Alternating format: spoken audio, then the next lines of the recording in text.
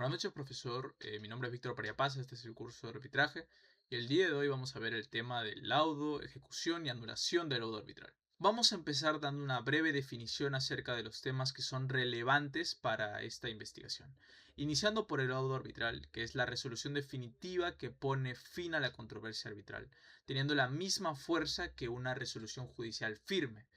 En el ordenamiento peruano se reconoce esta figura bajo la teoría mixta, es decir, que nace bajo el acuerdo de las partes, o sea, un contrato, pero el árbitro ejerce función jurisdiccional al emitir el laudo. Una vez notificado, el laudo produce efectos de cosa juzgada, es inapelable y extingue la jurisdicción de los árbitros sobre la materia que fue resuelta. Por otro lado, la ejecución del laudo tiene carácter vinculante, aunque su cumplimiento depende mayormente de lo que dice el Estado, pues los árbitros carecen del poder para poder usar la fuerza pública en caso una de las partes decida incumplir con lo que dicta el laudo.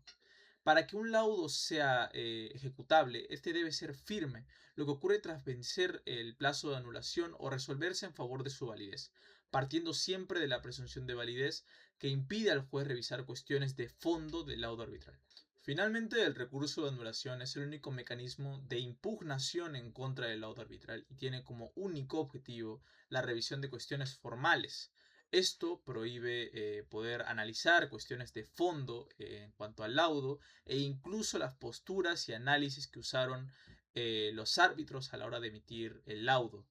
En la práctica peruana se advierte en contra de la apelación encubierta, que ocurre cuando se utiliza la figura de motivación o la causal de motivación para intentar que el juez reexamine el razonamiento jurídico que usaron los árbitros a la hora de emitir el laudo.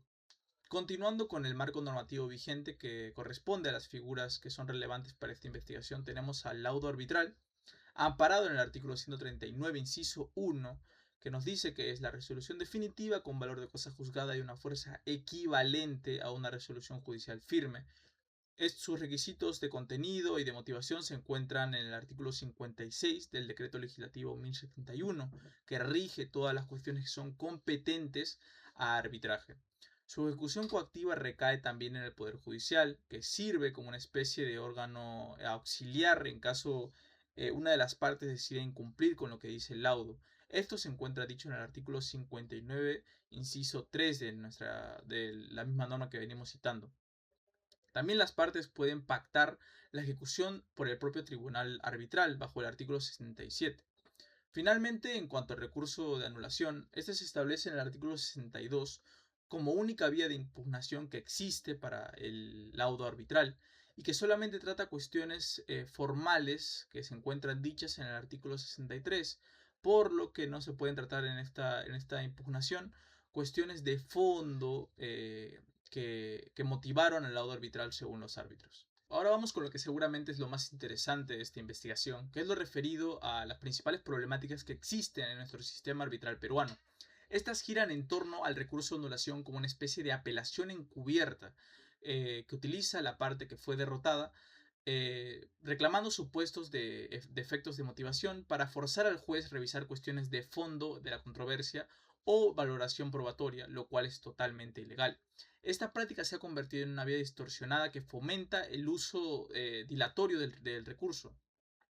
lo que hace que la ejecución del laudo se termine dando mucho más tarde de lo que se debería dar. Asimismo, en los arbitrajes con el Estado surgen dificultades críticas tras el decreto legislativo que fue dado en 2020, que modificó el decreto de urgencia que fue dado en 2020, que modificó el decreto legislativo 1071, que impone contracautelas rígidas como fianzas bancarias automáticas que otorgan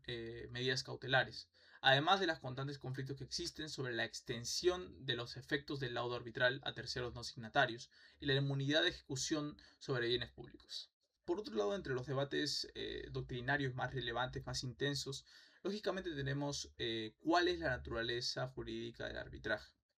que enfrenta a la tesis jurisdiccional con la tesis contractualista. La segunda establece que el arbitraje, la cláusula arbitral, todas esas cuestiones nacen por el acuerdo de voluntades de las partes para decidir llevar las controversias a arbitraje, bajo la libertad, la autonomía de la voluntad que tienen para poder realizar contratos. En cuanto a la primera, la establece que el Estado le otorga ese poder jurisdiccional a los árbitros para poder tomar decisiones. Esto basado en el artículo 139, inciso 1 de nuestra Constitución. En la doctrina nacional prevalece una tercera teoría, que es la teoría mixta, que también que es defendida por muchos autores,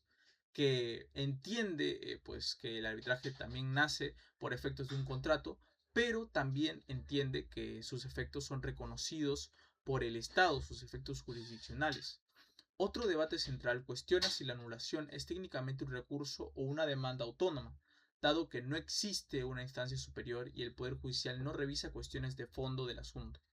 Finalmente, existe una fuerte disputa sobre el estándar de motivación exigible. Mientras algunos autores proponen importar los vicios del caso, otros advierten que esto desnaturaliza la función arbitral, sugiriendo que el control debería limitarse a supuestos de motivación inexistente o únicamente aparente. En cuanto a los criterios jurisprudenciales que realmente son relevantes, el Tribunal Constitucional se ha encargado de darnos fallos realmente históricos que sirven para blindar la autonomía del laudo. Por ejemplo, está el caso Cantuarias, que marcó un hito fundamental en cuanto a reconocer al arbitraje como jurisdicción autónoma y libre de restricciones del Poder Judicial, reforzando así el principio de mínima intervención.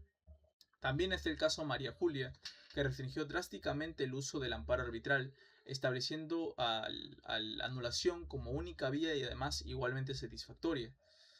prohibiendo a los jueces también pronunciarse acerca del fondo de la controversia, sino más bien de las cuestiones formales. Por su parte también está el caso Codiza, que fue determinante al precisar que la causal de orden público debe interpretarse de manera estricta y excepcional, impidiendo que los jueces utilicen conceptos genéricos o vagos para invalidar decisiones arbitrales que realmente son satisfactorias y que, bueno,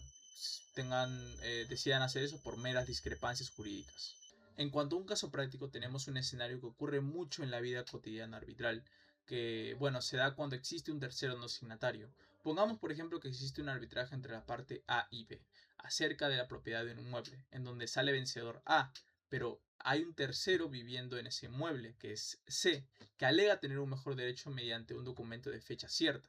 El juez ejecutor no puede aplicar la fuerza pública, por lo que tiene que recurrir al Poder Judicial, que es el órgano auxiliar, para que pueda revisar la prueba de C antes de proceder, lógicamente, ya que los efectos del convenio arbitral solo alcanzan legalmente a las partes que lo suscribieron. Por otro lado, en cuanto a ejemplos prácticos, tenemos en primera instancia las cuestiones jurisprudenciales, por ejemplo el caso Codiza, en el cual el Tribunal Constitucional delimitó la precisión del uso de orden público como causal de anulación de laudos. El Tribunal Constitucional estableció que esta causal debe interpretarse de forma estricta y excepcional, tal como mencioné anteriormente cuando mencioné este caso, prohibiendo que los jueces utilicen esta causal con excusa para dar conceptos genéricos o vagos por el simple hecho de tener discrepancias jurídicas con el laudo arbitral. Este fallo es clave para evitar que el recurso de anulación se convierta en una revisión del fondo de la controversia, protegiendo así también la autonomía del sistema arbitral. En conclusión, el laudo arbitral se consolida en el Perú como una decisión definitiva con efectos de cosa juzgada y una fuerza equivalente a una sentencia judicial, amparado en el reconocimiento constitucional y también de lo que dice la ley de arbitraje en el decreto legislativo 1071. Su eficacia reside en el sistema de mínima intervención judicial, donde el Estado actúa únicamente como auxilio para su ejecución coactiva o como garante de validez formal mediante el recurso de anulación, bajo una prohibición absoluta de revisar cuestiones de fondo del arbitraje.